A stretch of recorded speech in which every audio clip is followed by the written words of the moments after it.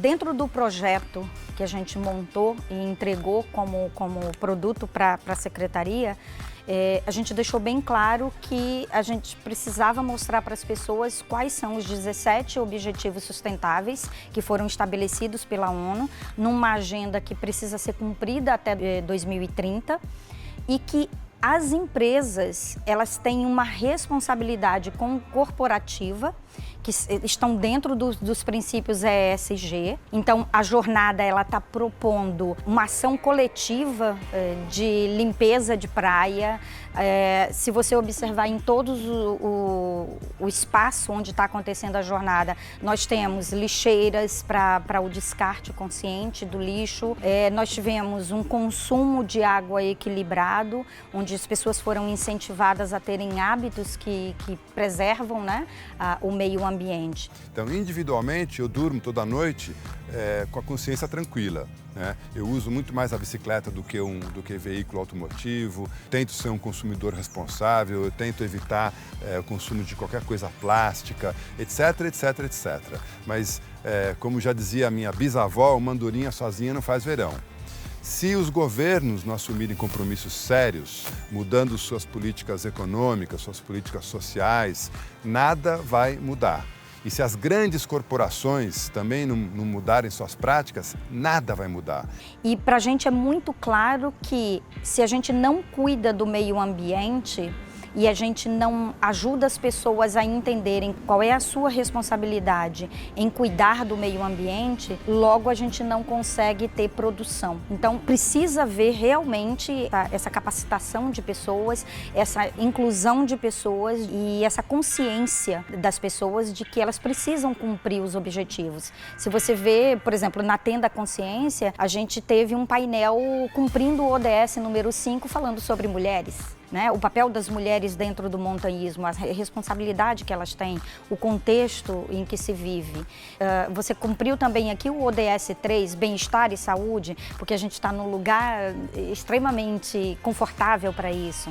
E aí nós temos a questão de cuidar do planeta Terra, né? Que é o ODS 13. Enfim, se a gente for aqui alocar, a jornada em si, ela cumpriu vários. O ODS 17, por exemplo, que é o de parcerias, foi muito bem cumprido aqui. A gente teve parcerias com patrocinadores, com apoiadores, com a própria Secretaria Municipal de Cultura, que foi uma grande parceira para fazer com que muitas atividades acontecessem. Então, a jornada ela está nessa pegada de fazer transformação, de deixar legado para o mundo.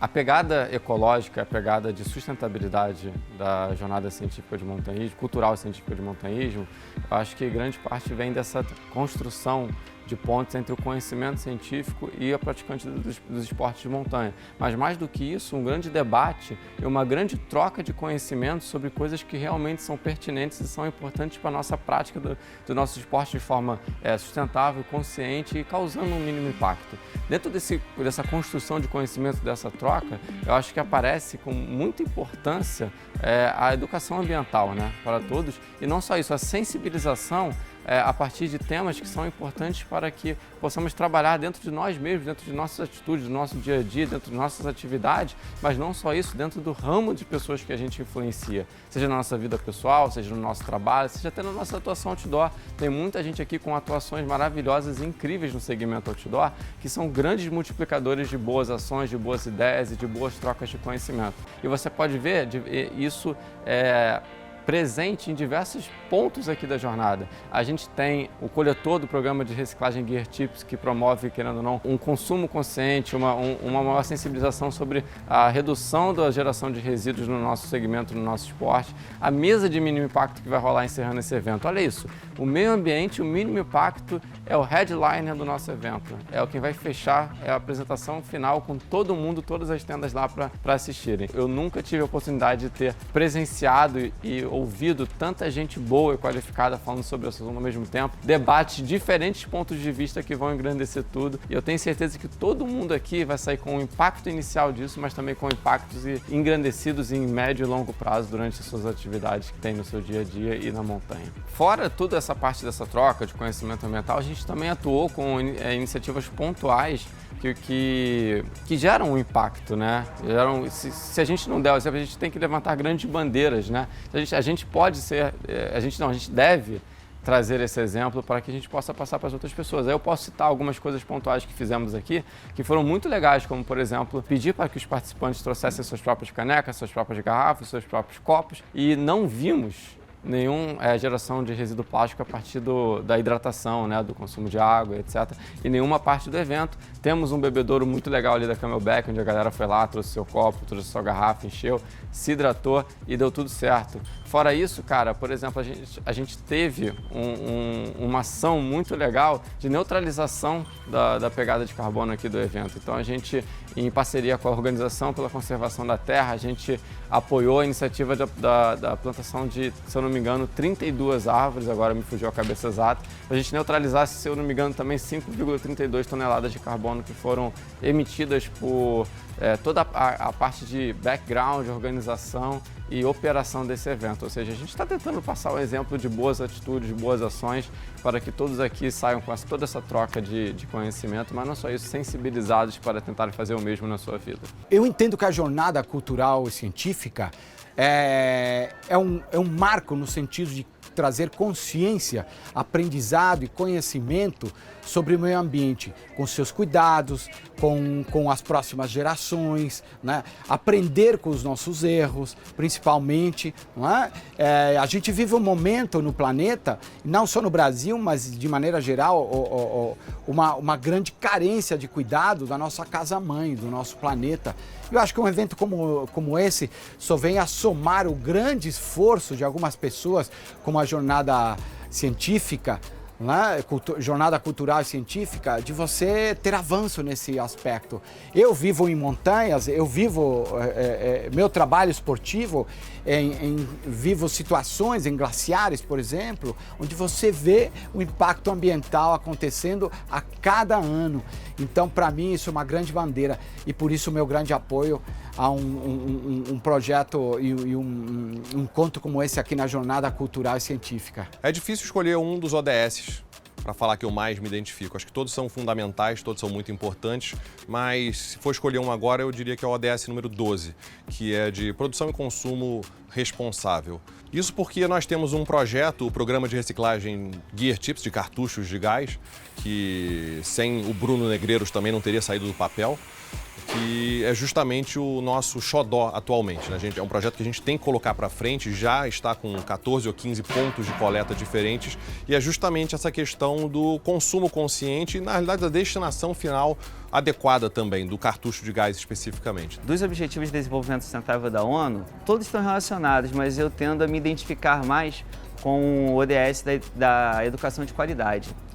Porque é justamente a partir da educação que a gente consegue essa questão de uma sustentabilidade, a questão até mesmo do avanço dos esportes de montanha. Tem contribuições pessoais, né? A ideia de você ter uma pegada cada vez menor na geração de resíduos, a forma que você se porta, né, no ambiente, no seu cotidiano.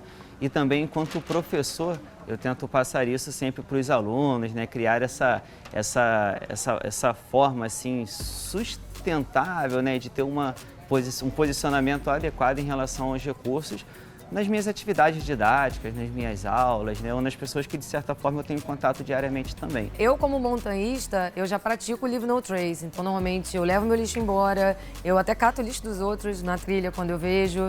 Tento não deixar rastros, porque eu acho que a gente tem que estar ali, mas sem invadir o ambiente de forma agressiva.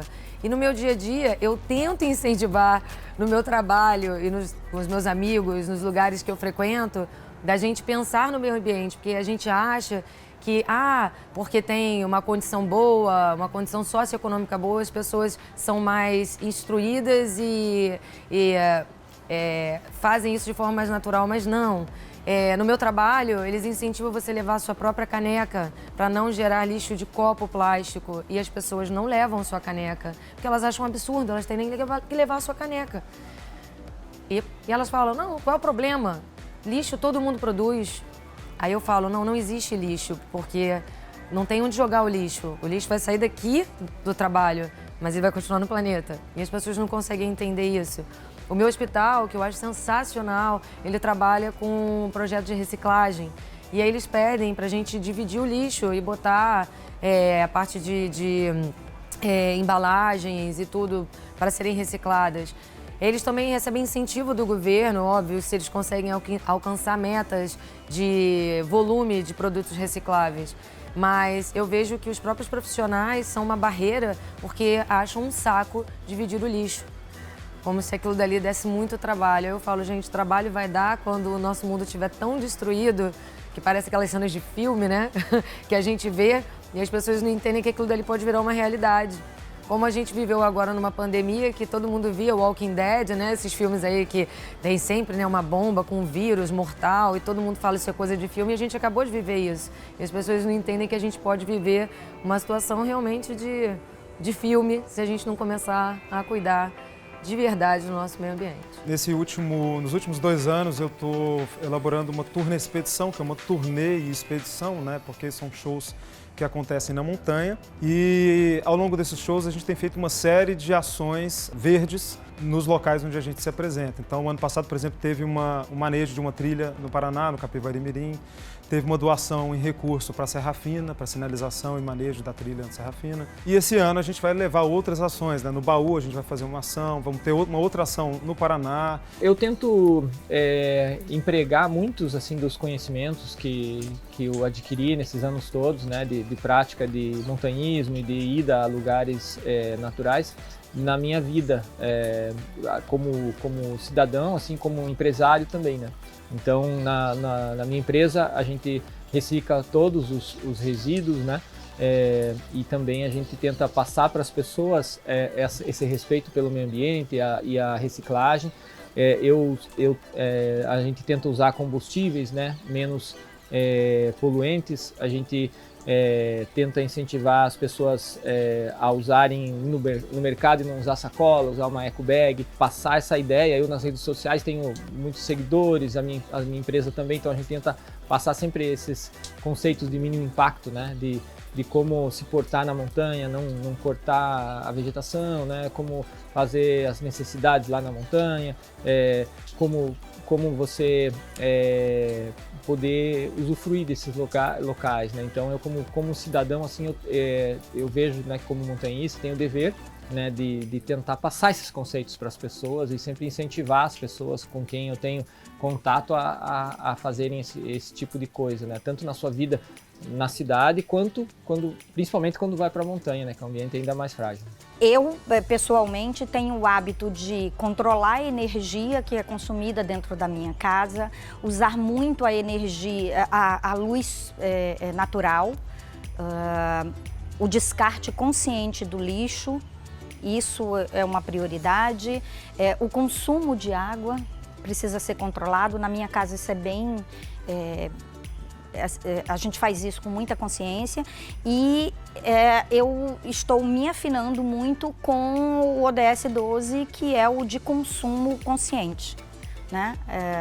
A gente precisa ter... E o 11, que também é você procurar consumir com consciência. Se eu não preciso disso, por que eu vou comprar? Porque a gente pensa que não, mas se você compra uma comida, uma roupa ou algo que você não precisa de forma descontrolada, você está impactando o meio ambiente. Quando você controla isso, você tem resultados. Eu em casa reciclo lixo sempre, não só orgânico de reciclável, também separo o papel, o vidro, eu separo tudo. Acho que isso é o mínimo, assim, né? Não tô falando que isso é uma vantagem, mas assim, reciclar o lixo, não como carne, já tem alguns anos.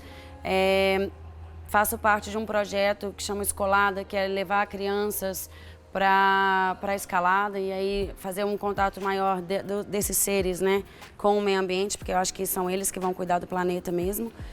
Não desperdiço água de jeito nenhum, apago sempre a luz quando eu saio, não deixo luz acesa. Não tenho carro, só ando de bicicleta. É isso. A minha atitude para proporcionar cada vez mais uma melhoria para o meio ambiente é o básico, né? A gente tem a noção de que, principalmente quando a gente fala de ir para o mato, eu vou jogar meu trabalho, né? Você está entrando num ambiente que não é o seu ambiente, né? A gente vai para o mato, a gente faz trilha, você está ali como um simples visitante, né? E tudo que simplesmente, por exemplo, você leva, você traz, eu como guia, repassar para os meus clientes as boas práticas no meio ambiente, né? Isso aí contribui para que cada vez mais pessoas entendam que o nosso ambiente, cidade, é diferente do meio ambiente que a gente vai para passear, para guiar pessoas. E lá você tem que ter um respeito, você tem que ter a boa prática de conservar aquele ambiente como você deixou, né? E eu acho que a minha forma de contribuir com isso é fazer esse repasse de conhecimento, incentivando que as pessoas sempre pratiquem a boa prática em ambientes outdoor. Já é um hábito para mim não usar mais sacolas plásticas, por exemplo. Eu não uso mais sacolas plásticas do supermercado, eu tenho a minha própria sacola de compra, ou senão eu uso as caixas de papelão dos supermercados, né? E isso virou um hábito, e uma vez que vira um hábito, é normal para você fazer isso. É algo que eu tenho feito como minha contribuição, por mais singela que seja, mas faz parte do meu dia a dia, da minha rotina. Enfim, é um ato cidadão, né?